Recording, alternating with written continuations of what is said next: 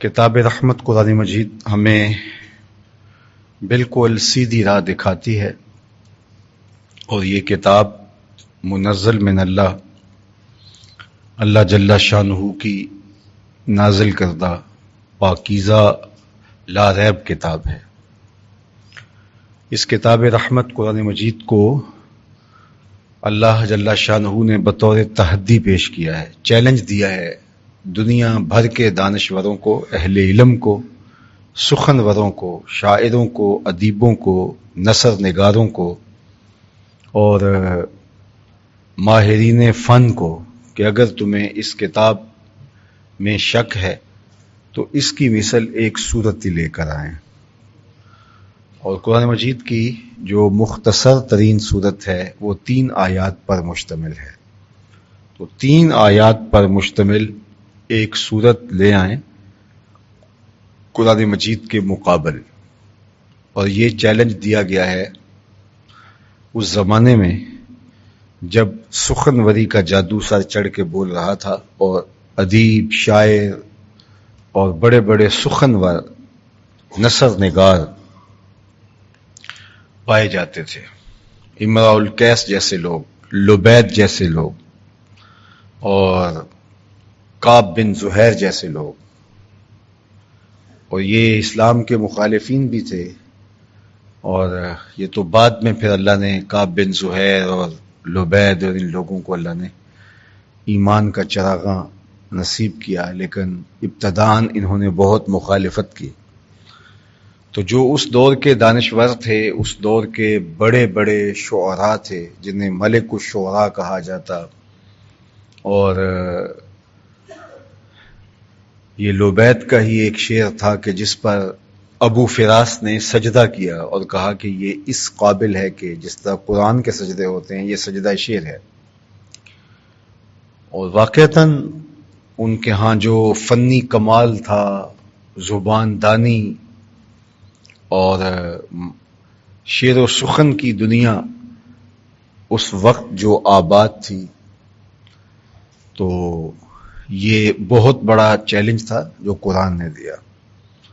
اور اگر ان میں دم خم ہوتا تو اس چیلنج کو قبول کرنا ان کے لیے کوئی مشکل نہیں تھا، لیکن ان میں دم خم تھا نہیں۔ اس لیے دم خم نہیں تھا کہ قرآن مجید اللہ جل شانہ کا کلام ہے اور اس کی نظیر لانا ممکن نہیں ہے، اور اگر یہ کسی مخلوق کا تراشا ہوا کلام ہوتا تو اس کی ضرور نظیر لے آتے۔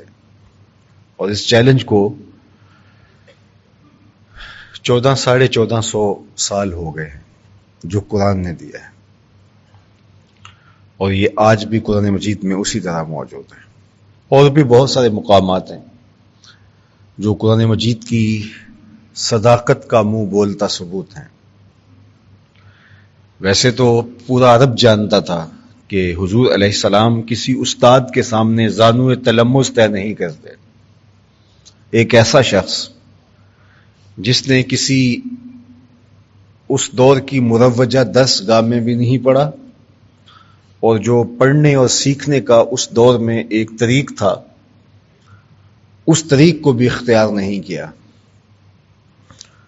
باپ کا سایہ سر سے اٹھ چکا ہے اور ماں 6 سال کی عمر میں انتقال کر گئی ہے، اور گھر کے ماحول کے اندر جو سیکھنے کا ایک عمل تھا وہ بھی نہیں ہوا، لیکن جب وہ بولتے ہیں تو عقدے کھولتے ہیں اور ان امور کو بیان فرماتے ہیں جو انسانی نظر سے پوشیدہ ہیں۔ تو پھر اس کا مطلب سیدھا سیدھا یہ ہے کہ قرآن مجید اللہ کا کلام ہے اور حضور کے قلب اطہر پہ نازل ہوا ہے۔ اہل عرب جانتے تھے کہ فرعون موسیٰ تعاقب کرتے ہوئے دریا میں ڈوب گیا، اور اس کہانی کو صدیاں بیت گئی۔ دریاؤں میں، سمندروں میں ڈوبنے والے آج کے دور میں ان کی کھوج لگائی جاتی ہے، لیکن اس زمانے میں یہ تو ذرائع ہی نہیں تھے۔ یہ ابھی کچھ دن قبل ایک آبدوز ڈوبی ہے جو کہ ٹائٹینک کے باقیات دیکھنے جا رہے تھے، تو پوری دنیا کے ماہرین اس کھوج میں لگے ہوئے ہیں کہ اس حادثے کے اسباب تک پہنچا جائے اور اب کیا ہوا اور باقیات کہاں ہیں اس تک پہنچا جائے۔ تو آج کی جدید دنیا اور آج سے صدیوں قبل کی دنیا میں بہت فرق تھا۔ تو اس زمانے میں ایک حادثہ ہوا، فرعون دریائے نیل کی موجوں کے سپرد ہو گیا، لاؤ لشکر سمیت غرق ہو گیا، اور دنیا اس کہانی کو اتنا ہی جانتی تھی کہ سمندر کی موجوں کی زد میں آیا۔ جو انسانی سطحی علم تھا وہ یہی ہے کہ اس کے وجود کو مچھلیوں نے نوچ لیا ہوگا یا پانی میں گل سڑ کر کے پرزے پرزے ہو کے بکھر گیا ہوگا، لیکن یہ انکشاف صدیوں گزرنے کے بعد میرے اور آپ کے آقا و مولا نے اللہ کے دیے ہوئے کلام کے ذریعے سے کیا کہ فرعون کی لاش کو ہم نے آج بھی محفوظ رکھا ہوا ہے، تمہاری عبرت کے لیے اس کو محفوظ رکھا ہوا ہے۔ اللہ اکبر۔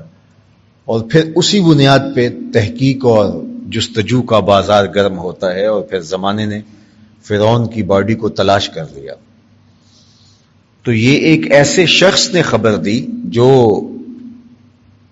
بظاہر اس میدان کا شخص نہیں تھا، اور انسان کے حاشیہ خیال میں بھی یہ بات نہیں تھی کہ فرعون کہیں موجود ہو سکتا ہے، اس کی لاش کہیں موجود ہو سکتی ہے۔ تو یہ قرآن نے کہا۔ رومیوں کی اور فارسیوں کی لڑائی ہوتی ہے تو فارس جیت جاتا ہے، تو قرآن بتاتا ہے کہ یہ ان کی وقتی شکست ہے، لیکن جو دوبارہ ان کی لڑائی ہوگی اس میں روم جیتے گا۔ اور حضرت ابو بکر صدیق رضی اللہ تعالیٰ عنہ باقاعدہ ایک کافر سے اس پر جو ہے وہ شرطیہ بات کرتے ہیں کہ ہاں ایسا ہوگا جو قرآن نے کہا ہے۔ ظاہری اسباب کچھ تھے، لیکن جو قرآن نے کہا پھر زمانے نے دیکھا وہی ہوا۔ بلکہ میں اس سے بھی بڑھ کر آپ کو بات بتاؤں کہ جب تحویل قبلہ ہونے لگا، قبلہ تبدیل ہونے لگا، حضور جب مکے سے ہجرت فرما کے مدینہ تشریف لائے تو اس وقت بیت المقدس کی طرف منہ کر کے نماز پڑھتے تھے۔ پہلے بھی یہی ہوتا تھا، لیکن پہلے دونوں قبلوں کو جمع کر لیا جاتا۔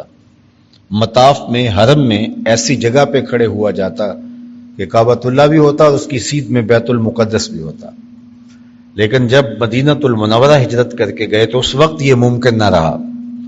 اگر بیت المقدس کی طرف رخ کرتے ہیں تو کعبۃ اللہ کی طرف پیٹھ ہوتی ہے، اور کعبۃ اللہ کی طرف رخ کرتے ہیں تو بیت المقدس کی طرف پیٹھ ہوتی ہے، چونکہ یہ دونوں کے درمیان ہے مدینۃ المنورہ۔ مدینۃ المنورہ میں آپ جائیں تو وہاں کعبۃ اللہ مکہ المکرمہ جنوب میں ہے، اور وہاں سے فلسطین بیت المقدس بالکل شمال میں ہے، تو وہاں تو جمع کرنا ممکن نہ تھا۔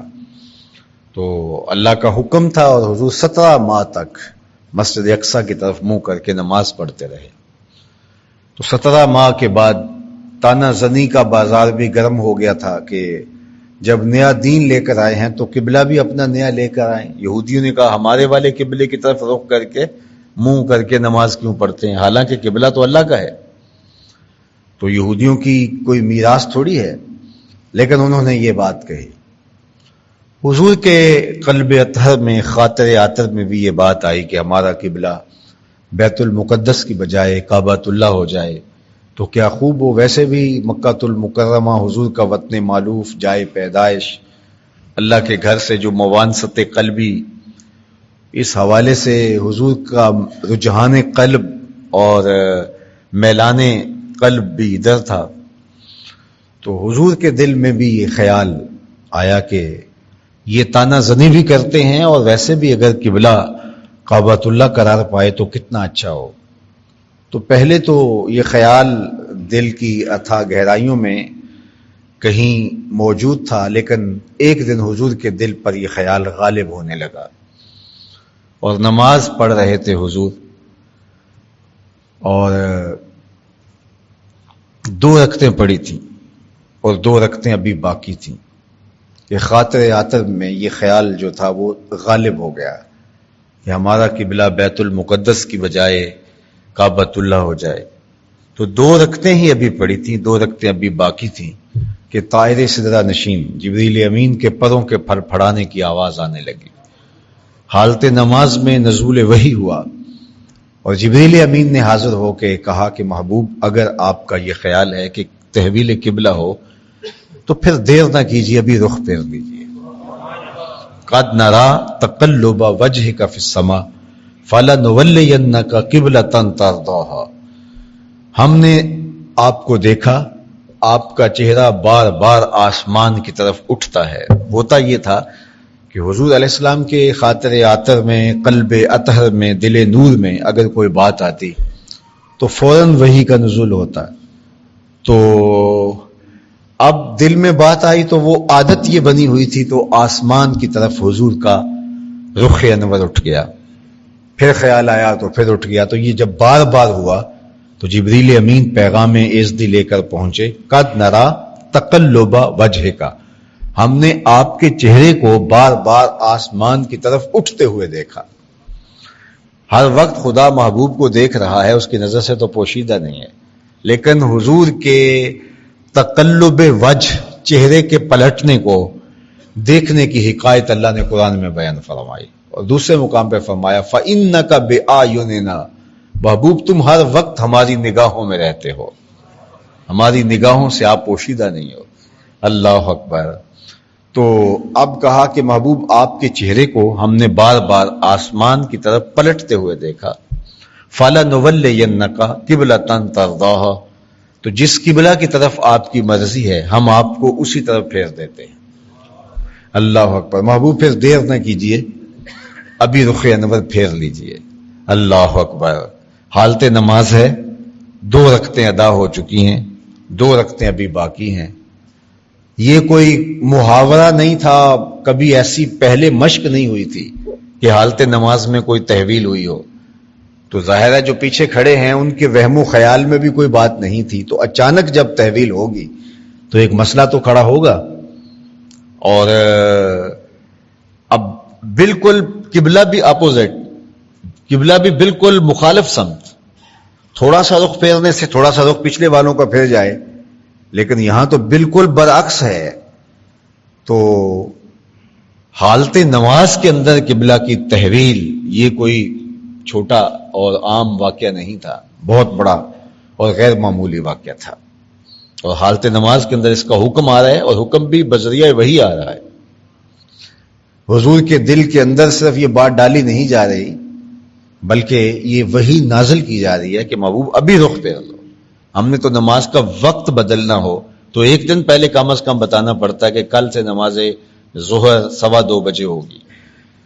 نماز کا وقت بدلنا ہو تو ایک دن پہلے بتانا پڑتا ہے. یہاں تو قبلہ بدلنا تھا، ایک دن پہلے بتا دیا ہوتا، چلو ایک نماز پہلے بتا دیا ہوتا، نہیں تو شروع ہونے سے پہلے، اقامت سے پہلے بتا دیا ہوتا. لیکن یہاں ایسا نہیں ہے، بلکہ کہا محبوب ابھی رخ پھیر لو. یا اللہ تیری نماز تو پوری ہو لے. کہا میری نماز بعد میں پوری ہوگی، پہلے تیری مرضی پوری ہوگی. فَلَنُوَلِّيَنَّكَ قِبْلَةً تَرْضَاهَا، جس قبلے کی طرف آپ کا رخ ہے حضور جی ہے، اس قبلے کی طرف رخ پھیر لیجیے. اور پھر حالت نماز کے اندر آقا کریم علیہ الصلوۃ والسلام نے رخ پھیر دیا. اب حضور علیہ الصلوۃ والسلام کا رخ ادھر تھا اور صحابہ پیچھے کھڑے تھے، ان کا بھی ادھر تھا. تو حضور علیہ الصلوۃ والسلام نے رخ پھیر کے ادھر کر لی جدھر صحابہ تھے، اور صحابہ پلٹ کے پیچھے آ کے حضور کے پیچھے کھڑے ہو جاتے. اللہ اکبر. اور پھر کوئی شخص گزر رہا ہے اور اس نے دیکھا کہ حضور کا رخ آج ادھر ہے، اور وہ گزرتے ہوئے جا کے ایک دوسری مسجد میں نماز ہو رہی تھی، تو وہاں کے نمازیوں کو کہتا ہے اور تم ادھر نماز پڑھ رہے ہو، حضور کا رخ تو ادھر ہے. تو وہ وہیں جو ہے وہ اپنا رخ تبدیل کر دیتے ہیں. اللہ اکبر. می وریا کستوریاں دا جدوں یار نچوڑیاں زلفاں، قبلہ اودے بنیا سائم جدے یار نے موڑیاں زلفاں. وہ جدھر رخ پھیر لیں وہی قبلہ ہوتا ہے. اور اگر آپ غور کیجئے قبلتن کو یہاں نکرہ رکھا گیا ہے، فَلَنُوَلِّيَنَّكَ قِبْلَةً، ہم آپ کو پھیر دیں گے اس قبلے کی طرف. حالانکہ جس قبلے کی طرف پھیرا جا رہا ہے وہ کعبۃ اللہ ہے اور وہ معرفہ ہے، معروف ہے. تو القبلہ ہوتا جو عربی میں ضابطہ ہے، لیکن یہاں قبلتن کو نکرہ رکھا گیا، پھر اس نکرہ کو نکرہ مخصوصہ بنایا گیا ترداہا کی صفت لگا کے. شعور کیا دینا مقصود تھا؟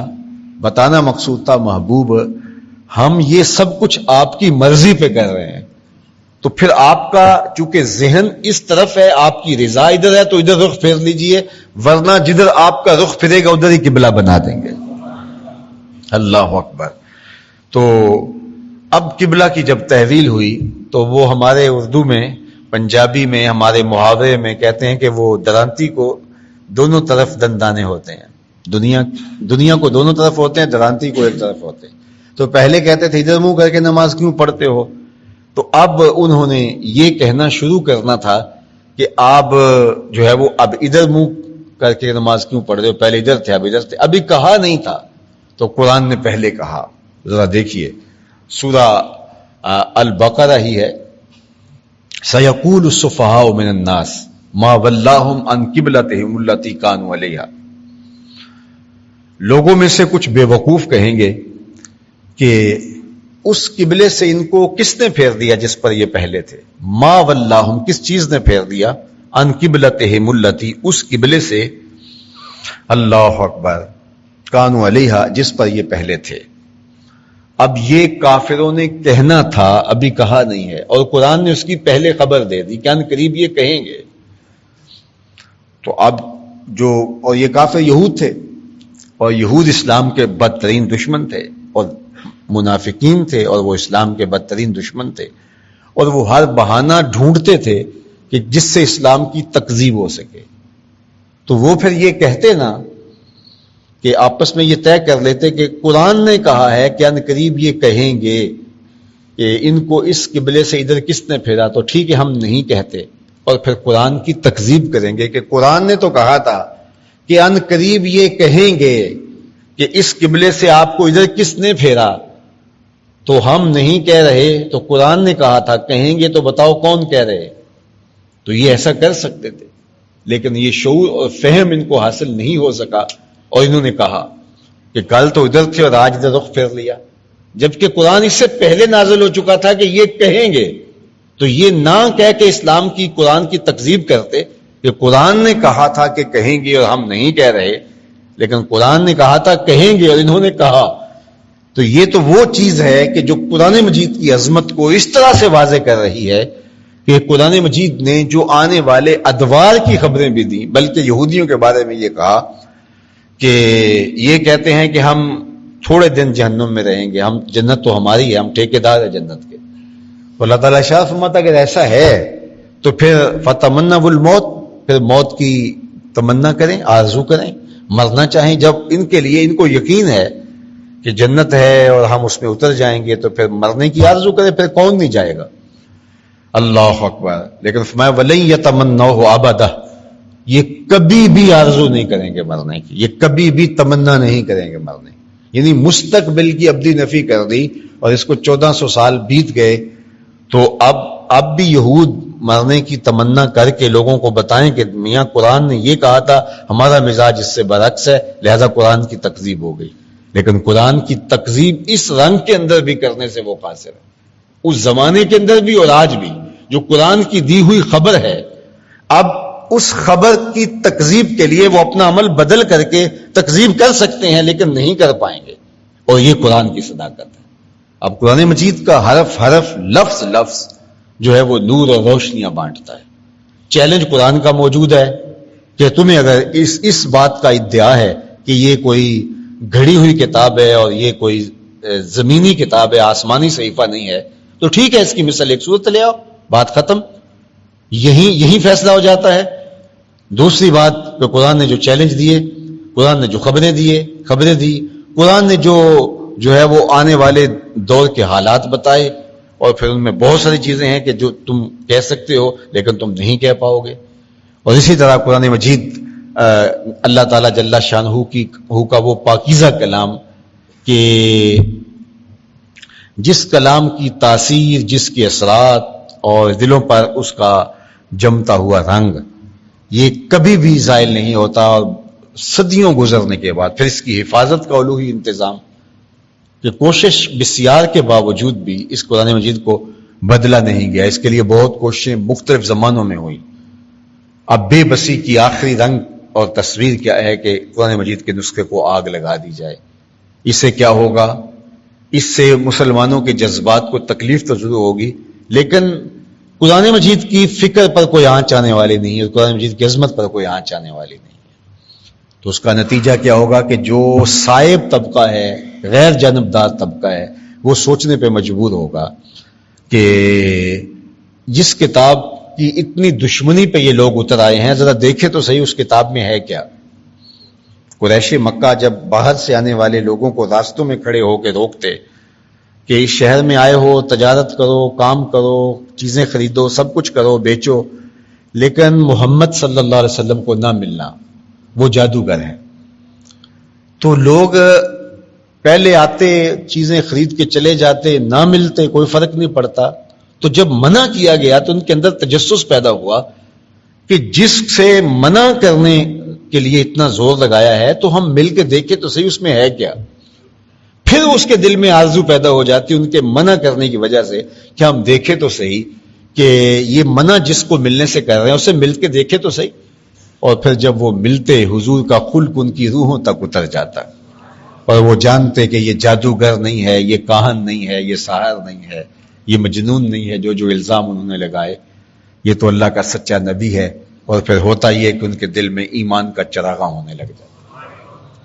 اب بھی انشاءاللہ 9/11 کے واقعہ کے بعد جو ہے وہ مغرب کے بک سٹالز پہ سب سے زیادہ جو کتاب بکی تھی وہ قرآن مجید تھی، اور اس وقت بھی جو ہے انشاءاللہ اس ادھر رجحان ہوگا۔ اسلام کے فطری فروغ کو روکا نہیں جا سکتا۔ مجھے حکومت کویت کا یہ بہت اچھا قدم لگا کہ انہوں نے 1 لاکھ قرآن مجید کے نسخے کو سویڈن زبان کے اندر جو ہے وہ ترجمہ کر کے وہاں تقسیم کرنے کا جو ہے وہ اعلان کیا ہے۔ یہ ایک بہترین انداز ہے۔ صرف سڑک پہ احتجاج کرنا، میں اس کی مخالفت میں نے پچھلے جمعے بھی کہا تھا نہیں کرتا، لیکن اس سے ان کو فرق نہیں پڑتا۔ ہمارے جذبات کا اظہار ضرور ہے، لیکن اس سے ان کو فرق پڑے گا کتنے لوگوں کو قرآن مجید سے آگہی نصیب ہوگی۔ اور ہمیں بھی اپنے اپنے دائرے کے اندر قرآن مجید کی ترویج کے لیے عملی جد و جہد کرنی چاہیے۔